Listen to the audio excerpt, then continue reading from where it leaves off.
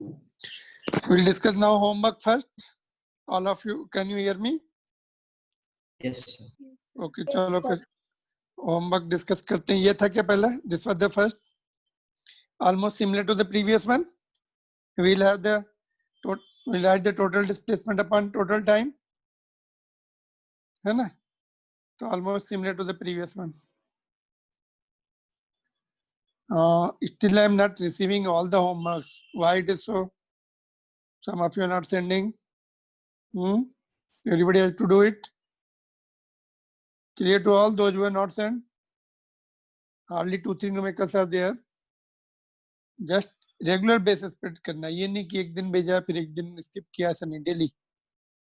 Then only you will be benefited. नहीं तो फिर ऐसे ही habit छूट जाएगी. ओके देखते हैं.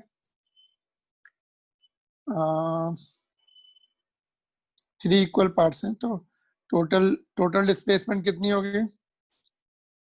Average velocity wheel symbol ले लिया, 3x हो जाएगा और नीचे x by v1, x by v2, x by v3 है ना. तो x कॉमन लेके कैंसिल हो जाएगा. ऊपर 3 अगर हमने एलसीएम ले लिया, v1 v2 v3 ऊपर आ जाएगा. नीचे फर्स्ट टर्म में v2 इंटू v3 आ जाएगा प्लस, या फिर वैसा इस फॉर्म में भी लिख सकते हैं. इस फॉर्म में लिखा तो ये तुम्हारा 3 by v आ जाएगा, 1 by v1 plus 1 by v2 plus 1 by v3. और एलसीएम लेके लिखा तो ये हो जाएगा v1 into v3. This will be v1 into v2. So see the option how it is given, then you can mark it. If option is not given, it's up to you. ठीक है, समझ में आ गया ये?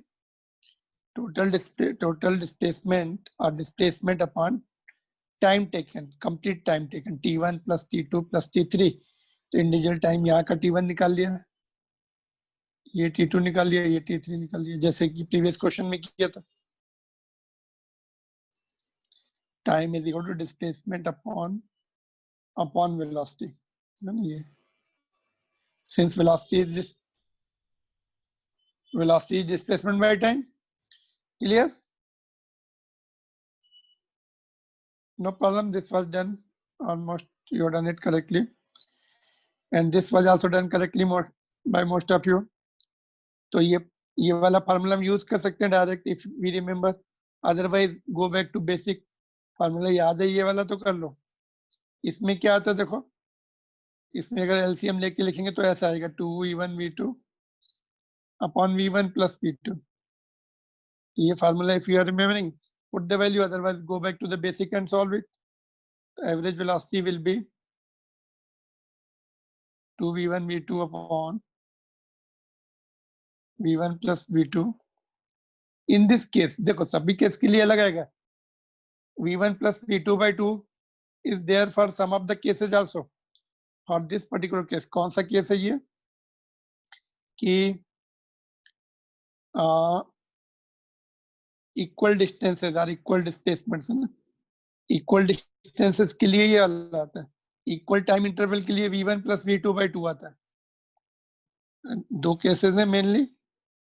तो for this case it comes to be, already we have done it, therefore I am using this formula. Or if you have slight doubt, so you go back to the basics है ना. Total displacement अपन total time करके solve करो.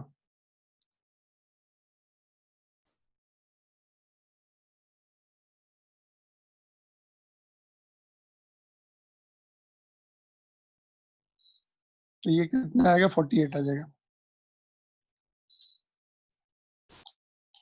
All right, no problem. I think these are the similar questions. Any other difficulties there? I think they और कुछ pending है पीछे का. If you want to clarify.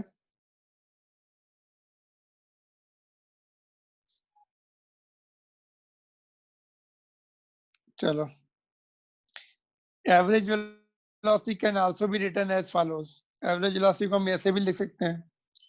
If object is at the position x1 at time t1 at position x2 at time t2, then displacement will be h2 minus x1, time interval will be t2 minus t1, दोनों की value put कर दी तो इसको delta x लिखते हैं, x2 minus x1 is the delta x means change in the position upon change in the time.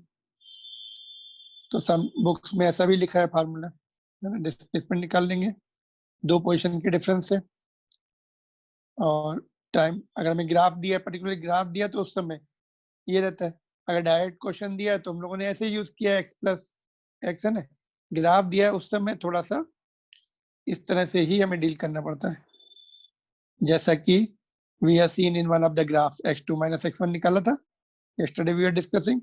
In that case it will be nothing is mentioned, then we will write the formula which we had done that previous question, previous to previous, है ना, तो the both way you should know, graph के लिए use करेंगे ऐसा,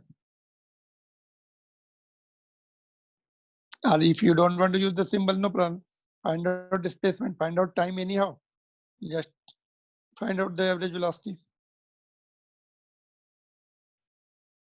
note down this, है ना?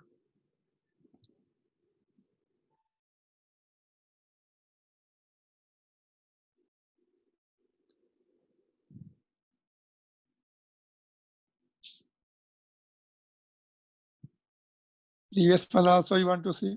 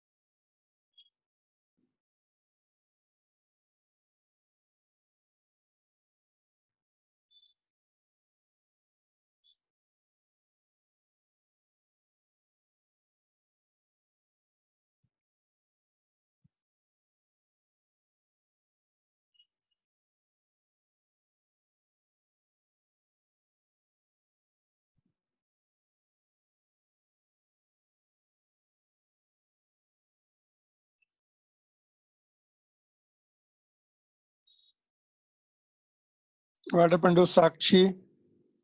Second Sakshi क्या हो गया उसको? She is just not there. What happened to Sakshi? Why did you leave the meeting? Sir, there was a network problem. I did not Okay. leave. Okay.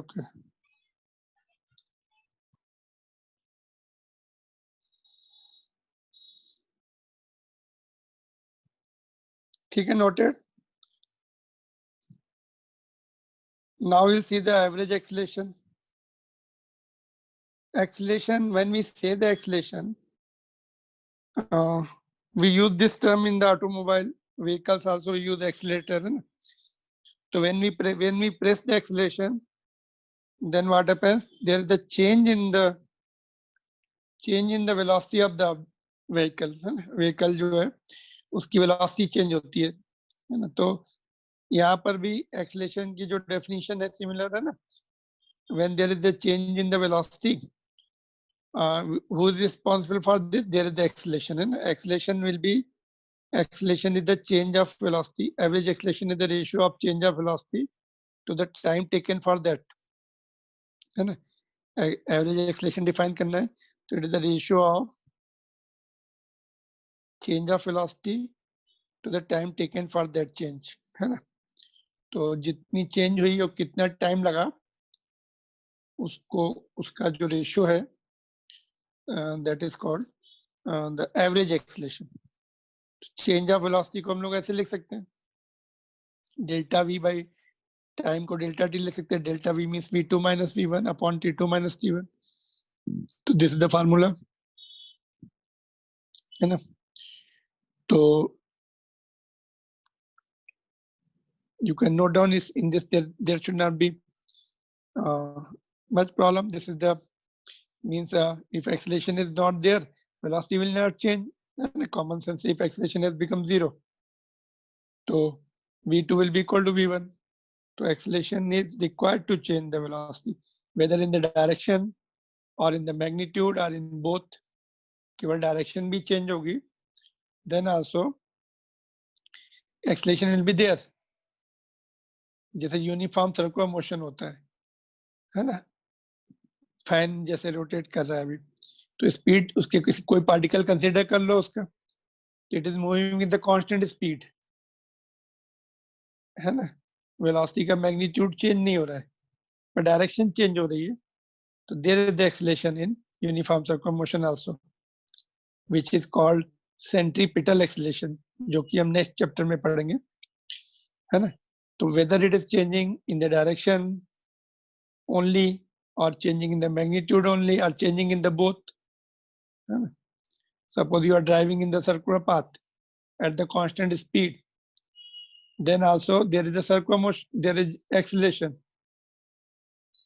अगर तुम turn करते हो कभी भी गाड़ी को अपनी, तो acceleration is required to turn. Without acceleration it will not turn, even if it is bicycle, है ना, bicycle है या to motorbike है, acceleration is required to turn. Who provides the acceleration? Can anybody tell? Of course, we are studying the kinematics, जिसमें कि हमें we don't have to explain the source of that acceleration, but still I'm asking you, when you turn the vehicle, who provides the acceleration? बोलो, anybody can reply? जब लोग turn करते हैं, तो somebody must be there to provide the acceleration. Is it you in the case of bicycle, or is it the engine in case of motorbike? Engine provide करता है, कोई और provide करता है. चलो, if we are focusing on the bike or car, है ना, तो उसमें कौन provide करता है? Engine provide करता है क्या कि somebody else? Turning के time में, turning में क्या होता है? Wheels are moving on the road, तो road को पीछे press करते हैं. Even in the straight line motion also, engine is not directly providing the acceleration. Engine से wheel rotate होते हैं, but wheels are pushing the ground backward. Tires होते हैं ना, तो ground is pushing the vehicle forward. And if ground is not able to do, vehicle will not accelerate. Even we will not be able to move. हम लोग भी ground को push करते हैं, और ground हमें आगे push करता है, तो we are able to accelerate or we are able to move on the road. है ना, जब हम रन करते हैं तो एक्सीलरेट करते हैं बॉडी को, तो अगर ग्राउंड बहुत स्मूथ है, तो we cannot get the acceleration. और engine vehicle can not move, है ना, बहुत मडी रोड है, कभी कभी ट्रक के व्हील फंस जाते हैं वहां पे, है ना, वो आगे नहीं बढ़ पाती. तो it is not the engine which provide the acceleration. Engine rotates the wheel, that's all, है ना. बट ग्राउंड रफ रोड होना चाहिए. स्मूथ रोड होगा तो स्लिप होगी गाड़ी. कभी कभी ऐसा होता है ना, कभी बारिश हो गई, ऑयल गिर गया रोड पर, तो स्लिप होती है गाड़ी, because it is not able to push the vehicle forward. ठीक है, तो it is the friction while moving forward and while turning left or right, which is responsible for the acceleration, not the engine directly. ठीक है, तो there must be some source, है ना. Electron revolves around the nucleus, or Earth revolve around the sun. Who provides the acceleration now? Turning के लिए acceleration चाहिए ना. Earth को जो है gravitational force provide करता है, gravitational force between the sun and Earth. Electron को electromagnetic force, electrical force provide करता है. Electron is getting the acceleration through the electrical force between proton and electron in the nucleus. Proton in the nucleus, electron in the orbit. ठीक है, तो there must be some source which we will be discussing in the subsequent chapter, but then also you should just know it. तो clear, this explanation का point clear हो गया अपने को, ये डेफिनेशन लिख ली हम लोगों ने.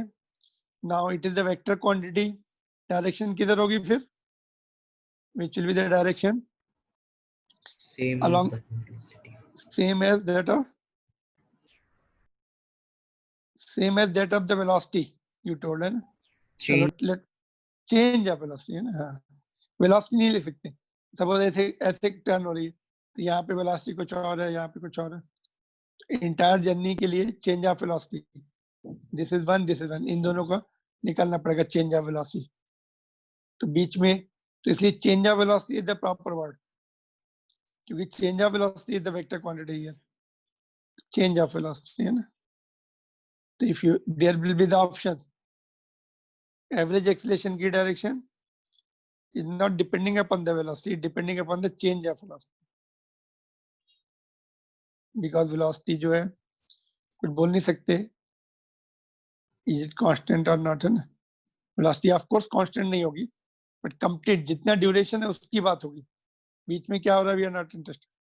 तो जिस समय इस T1 पर हमने नोट किया, V1 T2 पर, उस ड्यूरेशन के लिए कितना चेंज हुआ, दैट इज रिक्वायर्ड. ठीक है, तो this is important point. Generally this point is not given in the book कि डायरेक्शन किधर होगी. Note down. It can be past vector quantity है, generally vector quantities are positive negative. Direction वाली quantity positive negative zero हो सकती है if they are vector. ऐसा unit क्या होगा, मीटर पर सेकंड स्क्वायर, बिकॉज वेलोसिटी का मीटर पर सेकंड डिवाइड बाय सेकंड, तो मीटर पर second square. Alright. If acceleration remains constant, then we can say uniformly accelerated motion होगा. Can you give me the example of uniformly accelerated motion?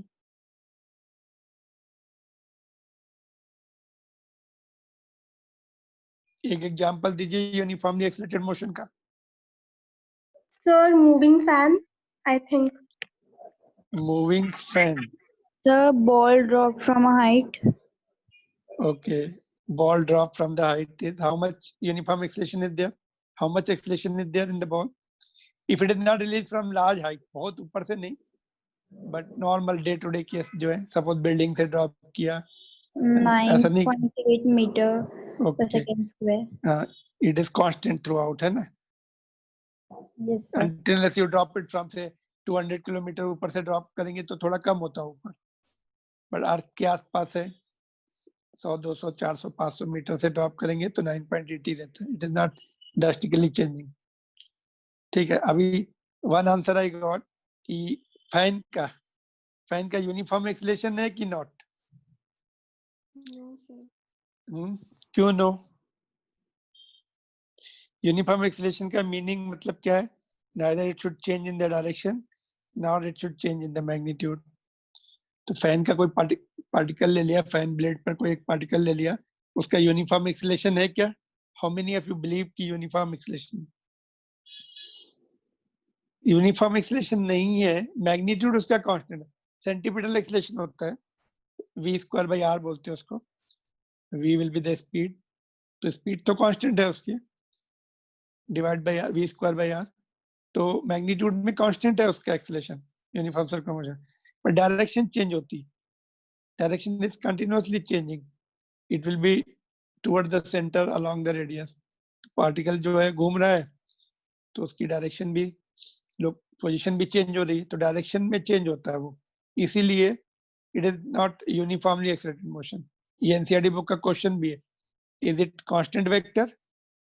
Circular motion में जो uniform circular motion में जो acceleration होता है तो उसमें सेपरेट क्वेश्चन है, is it constant vector? No, it's direction changes continuously. तो यूनिफॉर्म सर्कुलर मोशन में एक्सीलरेशन का मैग्नीट्यूड तो कांस्टेंट होता है, बट डायरेक्शन चेंज होती है, इसलिए not uniform. It is not. तो दिस एग्जांपल इज देयर. या फिर हम गाड़ी चला रहे सपोज, तो अपनी गाड़ी की जो वेलोसिटी है, एक we are moving in the straight line, और उसकी जो वेलोसिटी है एक कांस्टेंट रेट से बढ़ रही है या घट रही है. ब्रेक लगाएंगे तो क्या होगा? ब्रेक लगाने से एक्सीलरेशन होता है क्या? यस, होता है कि नहीं होता? ब्रेक लगाने से एक्सीलरेशन बताओ कि एक्सीलेटर देने से, एक्सीलेटर देने से एक्सीलरेशन होता है, ब्रेक लगाने से भी एक्सीलरेशन होता है, Addition. उससे भी तो चेंज ऑफ वेलोसिटी होगी, है ना?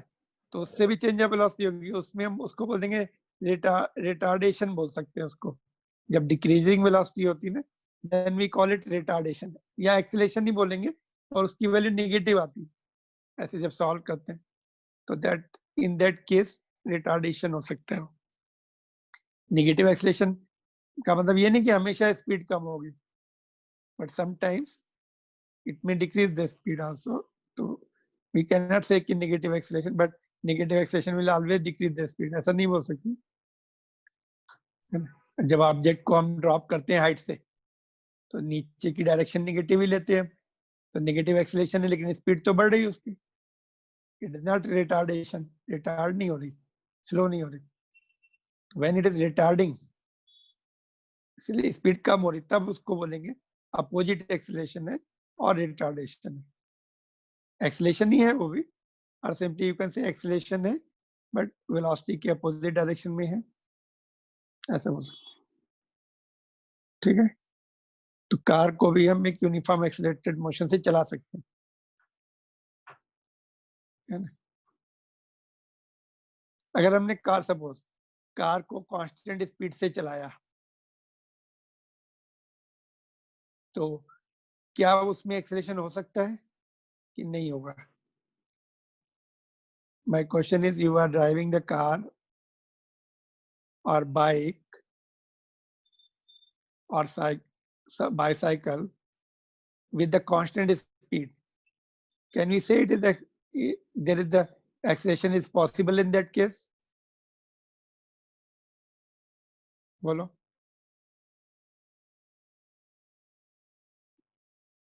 बोलो, anybody want to reply? Yes, sir. कैसे? Give me the example. If any obstacle comes in the way, so Uh-huh. it will be the change in acceleration and But velocity, speed will also be changing. Na? I am telling you, without changing the speed. In that case, you are applying the brake. है ना? The speed change हो गई, तो there is the acceleration. Without changing the speed, can you accelerate your vehicle? बोलो, anybody? Elena? Yes or no? You know driving? Driving आती है? No. और last में, just I am starting from the last. Geisha, कौन है? जीशान? बोलो. Yes or no? Change नहीं करनी speed. Then also Sir, I can you think acceleration can change. कैसे? Example दो, वही तो मैं पूछ रहा हूँ. If possible, then give the reply. Example दो ना उसका. Do you have the example? No. Saloni, Sir, I think acceleration will change. give the example. Sir, I don't have example, but I think it will Okay. change. चलो next कौन है? साक्षी. Sakshi, sing first. Sir, the acceleration will change. हाँ, तो example दो, कैसे change? Constant speed से तुम चला रहे हो अपनी गाड़ी, है ना? तो लेकिन एक्सीलरेशन चेंज, स्पीड चेंज नहीं करनी है, कांस्टेंट ही रखनी है। एक्सीलरेशन स्पीड नहीं बढ़ानी है, घटानी, फिर भी एक्सीलरेट करना है। कैसे करेंगे? तो सरफेस चेंज की वजह से चेंज होगा? नहीं कर सकते कि कर सकते? कर सकते हैं। बोलो एग्जाम्पल दो। सरफेस चेंज की वजह से। किसकी चेंज की वजह से? Surface change. सरफेस चेंज मतलब सरफेस कैसे चेंज होगी? सर कहीं पे ज्यादा रफ अगर सरफेस है तो स्पीड चेंज हो जाएगी ना। फिर अगर तुम्हें सपोज यू वांट टू से कोई रफ रोड है या कुछ गड्ढा है, तो उसमें तो फिर स्पीड चेंज करनी पड़ेगी, तुम ब्रेक लगाने पड़ेंगे। मैं पूछ रहा हूँ बिना चेंज किए हुए स्पीड। Sir, हाँ, so while driving, if we change the direction, then velocity will change, and then very good. Yes, that's what is the correct example. Change in velocity. You change the direction. without changing the speed. तुम्हारी speed same है, but take left turn और right turn, there is the acceleration. Speed change नहीं की. कभी कभी ऐसे हम लोग टर्न भी करते हैं रोड पे, तो कम स्पीड होती तो उसको और रिड्यूस नहीं करते, उसी स्पीड पे टर्न कर जाते. तो speed is constant, but if we turn, there is the acceleration. So that is what is the point you have to explain. Straight line motion में नहीं होगा उस समय, तो तुम्हें फिर वो ब्रेक लगाने पड़ेंगे या उस समय स्पीड ही चेंज हो जाएगी फिर. But if while moving at the constant speed, just take left or right, there will be acceleration. Direction change हो गई तो you can just produce the acceleration. कौन प्रोड्यूस करेगा? वो टायर ही प्रोड्यूस करेंगे रोड के साथ. हमारी अगर हम साइकिल चला रहे तो अपनी बॉडी की इंटरनल एनर्जी से हम हैंडल टर्न करेंगे, we are using. But handle turn करने से व्हील जो है वो ग्राउंड में फोर्स लगाएगा और ग्राउंड उसको टर्निंग की डायरेक्शन में फोर्स लगाएगा. Alright, clear? तो these are the points you have to think and apply. तो कहां तक पहुंच गए थे इसमें? यहाँ तो यूनिफॉर्म एक्सेलरेशन समझ में आ गया. नोट कर लो ये पॉइंट्स, अगर तुमने नोट कर लिए तो will move on to the next topic.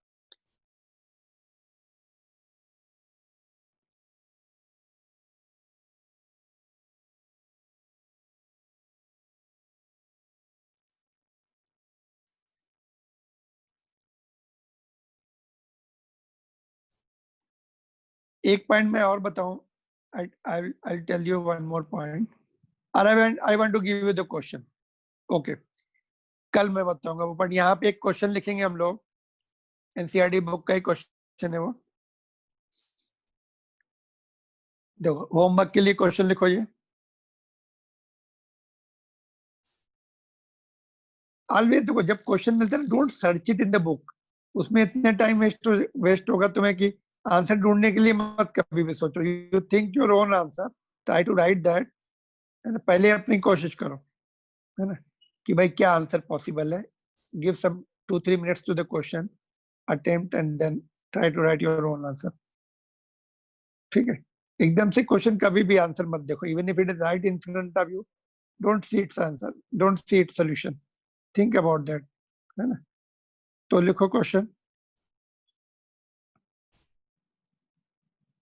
Object is thrown vertically upward.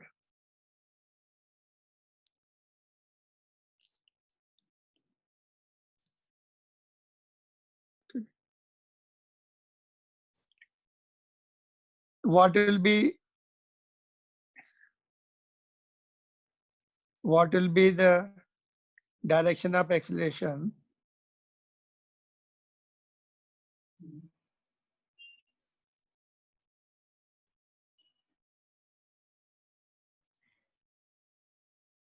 when number 1.1 part 1 it goes up, when it goes up. Number 2,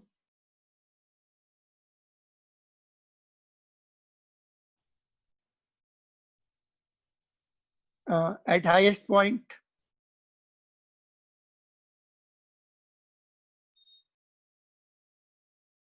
And number 3, when it comes back. ठीक है? तो this is homework question. Direction लिखनी है बस. Up है या down है, या दो ही ऑप्शन हो सकते हैं ना, अप डाउन और नो एक्सेलरेशन. 3 ऑप्शन हो सकते हैं. तो you have to think and right.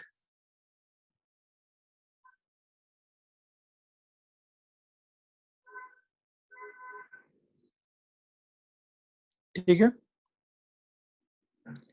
ये कोई डायरेक्ट क्वेश्चंस हैं, direct formula based. Let's see what are those questions.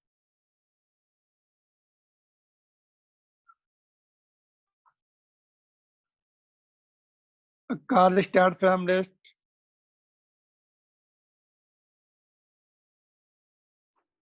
and picks up the speed of 36 km/h in 5 seconds.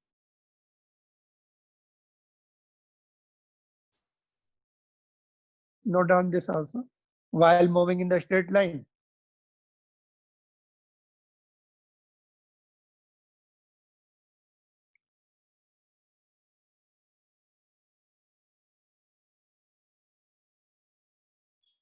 find average acceleration.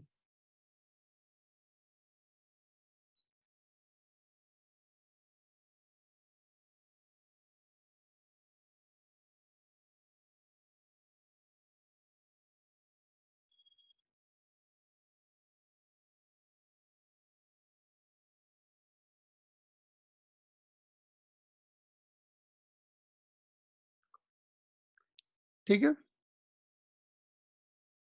just note down this. These are the homework questions जो थोड़े से तुम्हें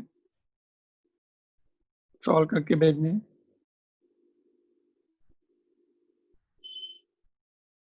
इसका second part भी है ना. Okay, this is the first part. मैंने gap करके नीचे लिखा था so that I can first solve the first part here itself. Second part है, if brakes are applied,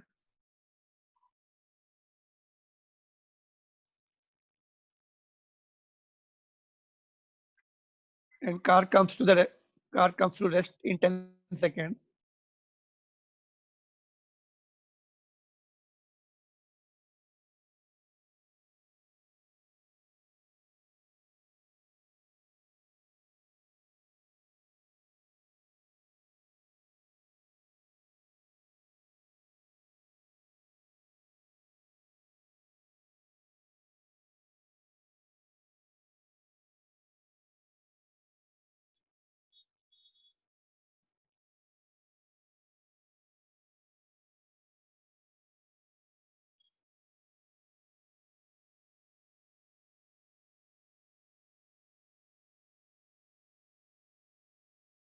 find the average acceleration. ठीक है, दोनों केसेस में एवरेज एक्सेलरेशन है.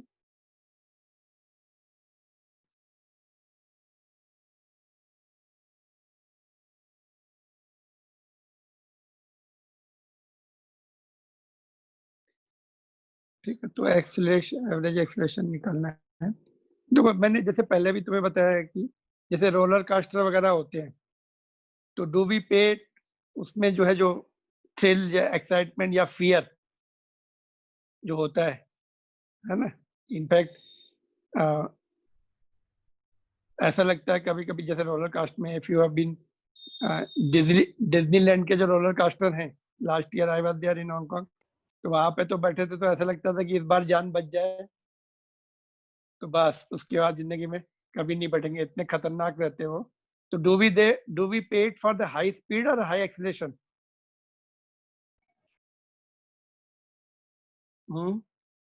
हम लोग उसमें जो पेमेंट करते हैं उनके जो रोलर कोस्टर के लिए, हाई स्पीड के लिए डू वी पे और for high acceleration? Is it for high speed? No. मैंने बताया अर्थ की स्पीड तो काफी है, you know, it is lakhs of kilometre per hour. Roller coaster कितना फास्ट मूव कर सकता है? हार्डली 1000 या जो भी होगा.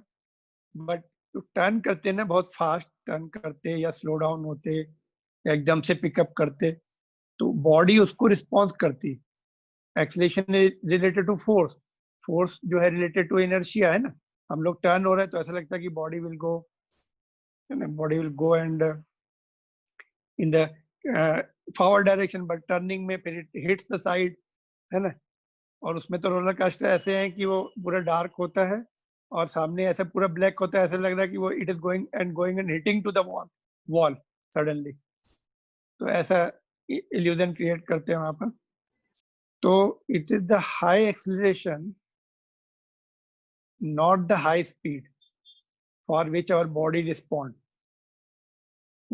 और जिस समय एक्सेलरेट करते हैं, acceleration speed is increasing, acceleration is in the forward direction, facial expression is different, and when brakes are applied, then face का expression change हो जाता है. Some of the books gives that pilot का जो रहता है ना, pilot जो टेक ऑफ कर रहा है या फिर लैंड कर रहा है, उस समय कि facial expression का फोटो भी है ना. इवन एरोप्लेन जब टेक ऑफ करता है उस समय भी we are accelerating है ना, एक्सेलरेशन लगता है अपने उसमें, तो बॉडी रिस्पॉन्ड करती. Even you have observed in buses also, acceleration में जब टर्न हो गए तो body is giving response to the high inertia से वो it continue to remain in that state. So not at the high speed, and acceleration is responsible for that. High acceleration, जितने ज़्यादा fast, you know that pilots जो हैं उनका fighter pilot, they should have very high degree of fitness when they are tested for their fitness to the say 5G 6G weight. 5G means का क्या होता है, जितना अपना weight है ना उससे 5 times more they will be just accelerated with the 5 times more weight, 5 times more हो जाता है या कम भी हो जाता है ना opposite direction में, जैसा भी depending upon going up or going down. In that extreme cases blood circulation is badly affected. So if high degree of fitness is not there, blood circulation की वजह से pilot may get unconscious. So there can be the fatal accidents. So they should be very highly fit, physically fit to fly the fighter pilot, because there is a lot of change of fast acceleration is there, है ना? Suddenly So, ऊपर जा रहे हैं. astronauts also before astronauts का उनका जो है वेटलेसनेस कंडीशन ज्यादा टेस्ट होती है. Astronauts they are tried for the weightlessness condition, है ना, क्योंकि उनको जो स्पेस में रहना है वहां पे वेटलेसनेस कंडीशन, जीरो ग्रेविटी की कंडीशन है. जीरो ग्रेविटी होती नहीं है 500 किलोमीटर पे, जीरो ग्रेविटी नहीं है. हार्डली जो है acceleration will be decreasing by hardly 10%. Weight जो है 10% 20%, उससे ज्यादा नहीं, उससे कम ही decrease. But because of the circulating around the earth, there is the weightlessness. It is equivalent to free fall. You can also experience the weightlessness. After the class, you want to have the experience, want to have the weightlessness experience without going into the space. तुम RV, अच्छा मेरा question ये, RV है, मैंने पहले भी शायद पूछा तुम्हारे बैच में, have you gone to space? We are in the space only, I told you, and Earth is in the space only. Somebody told no, outer space. I am not talking about outer space. We are in the space only. Earth is in the space revolving around the sun. And Earth is a spaceship. So now I am asking you, weightlessness condition. Have you ever experienced the weightlessness condition? तुम लोगों ने कभी feel किया है? बोलो. If not, you can just after the class you can feel it. You don't have to go to the space. थोड़ी सी height से jump करो, है ना, टेबल से या बेड से जंप करो, जितनी देर एयर में हो उतनी देर वेटलेसनेस है ना. ठीक है, ज्यादा रिस्क नहीं लेना, ज्यादा हाइट से मत जंप करना, फिर बोलोगे सर ने बोला था, है ना, because you don't have the habit. थोड़ी सी हाइट से जंप किया तो जितनी देर एयर में है उतनी देर वेटलेसनेस कंडीशन है. तो स्पेस में वेटलेसनेस कंडीशन होती है. ऑफ कोर्स जिस समय रॉकेट में जाते हैं तो उस समय काफी एक्सेलरेशन होता है, तो बैकवर्ड फोर्स, वेट बढ़ता है, वेट इंक्रीज ऑफ वेट की फीलिंग होती है जब ऊपर जाते हैं. जब नीचे आते हैं तो वेटलेसनेस की फीलिंग होती है ना, टेक ऑफ के टाइम में, और उसके बाद भी रॉकेट एक्सेलरेट होता है. अभी प्राइवेट पार्टीज आ गई है ना, प्राइवेट रॉकेट भी आ गया है. या कौन है वो that director of SpaceX, Elon Musk. हाँ, उसने अपना स्पेस रॉकेट बनाया, which has taken the astronauts to the space. NASA के पास था केवल, है ना. Now उसकी टेस्ला कार भी है ना. टेस्ला कार इज द सबसे मोस्ट पावरफुल इलेक्ट्रिकल कार है ना, और सबसे बड़ा टर्नओवर है. Then also he was telling कि प्रॉफिट नहीं है, सबसे बिगेस्ट टर्नओवर है वर्ल्ड में उसकी कार का. But as far as profit is concern, it is I think less और बहुत कम है. But car is also very good. Tesla battery driven car है, पोल्यूशन फ्री. इंडिया में बहुत कम दिखती है, बट फॉरेन कंट्रीज में they are much use. Powerful भी है, नो पोल्यूशन, बैटरी की भी है, एंड टेस्ला कार है ना. very Sir, expensive. they are not economically feasible though. Why? They are Why? very costly. हाँ, कॉस्टली तो है, तो बट बाकी कार्स भी बहुत कॉस्टली हैं. जैसे तुम जो How much is the car? Do you have any idea? Sir, I guess it starts from 30 to 75,000. 40 lakhs. हाँ तो इतनी अपनी मर्सिडीज वगैरह भी तो ऐसी होती है, ऑडी वगैरह भी है ना. I think more than that, I think more than that, it must be more than that. Tax वगैरह लगा के इंडिया में कॉस्टली पड़ती होगी, इसीलिए it is not seen much, but otherwise उसके बाद तो सेविंग है उसमें, है ना. नो पेट्रोल रिक्वायर्ड, है ना. Yes. But it must be double of that, whatever you're telling, 2 times or 3 times. We have to check it, है ना. Okay. चलो. तो ये सेकंड पार्ट हो गया. Third, next question. ये थोड़े से क्वेश्चन लिख लो. आज हम लोग बस, आगे कुछ नहीं है. Tomorrow we are going to see the differentiation पढ़ने वाले हम लोग. कल नया टॉपिक है, थोड़ा सा मैथ पढ़ेंगे कल हम लोग. कल क्या 2-3 दिन मैथ्स के क्लास लेक्चर चलेंगे अभी तुम लोगों के.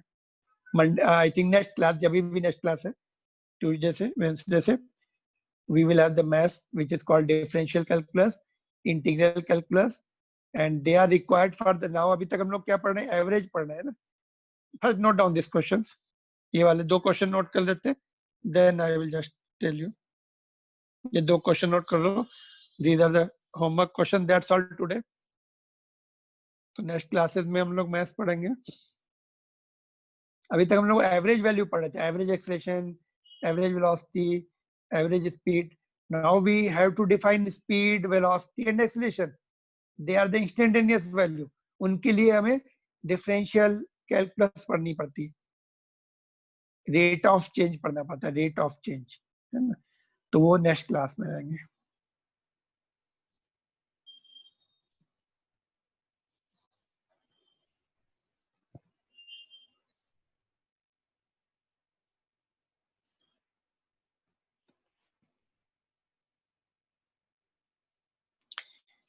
Okay, if car is moving at the constant velocity of 72 kilometer per hour, find average acceleration in time 10 second. और ये दूसरा क्वेश्चन है, ball hits the ground with the speed 5 meter per second and in 2 second it bounces back. मतलब 2 second में direction change हो गई उसकी. with the speed of 2 meter per second, find average acceleration.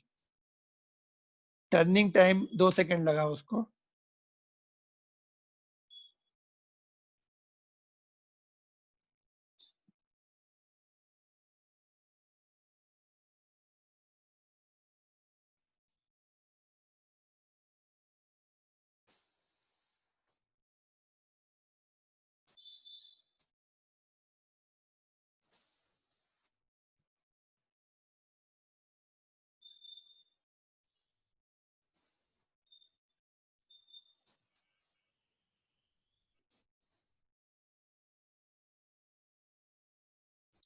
Okay, from my side, this much only. If you have any doubts,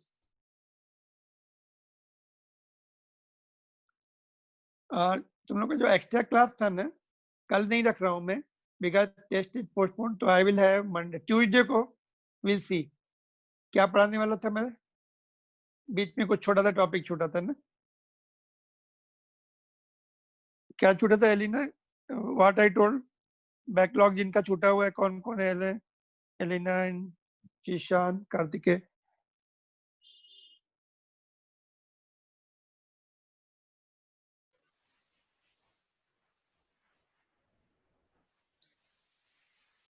just I will check it. Note कर लो पहले.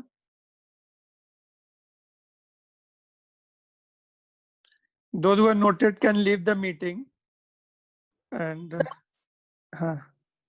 yes. So the test is on this Sunday or the next Sunday? Next Sunday. This Sunday is tomorrow. Tomorrow no test. है ना? So it will be, I think, 12th को रहेगा. Okay, sir. है ना? Okay, चलो. Thank you. Welcome.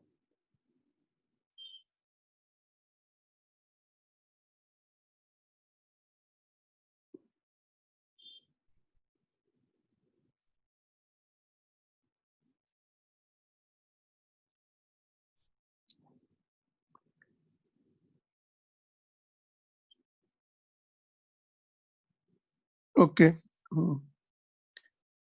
अपना क्या pending है अपना, जो जिन्होंने लेट ज्वाइन किया था? एक शैल आई गो बैक? नोट कर लिया नहीं? हम लोगों ने पार्सेक वगैरह कवर कर लिया था। एंड एक मिनट है,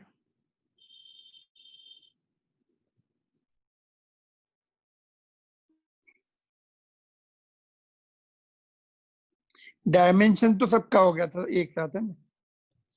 Yes, sir.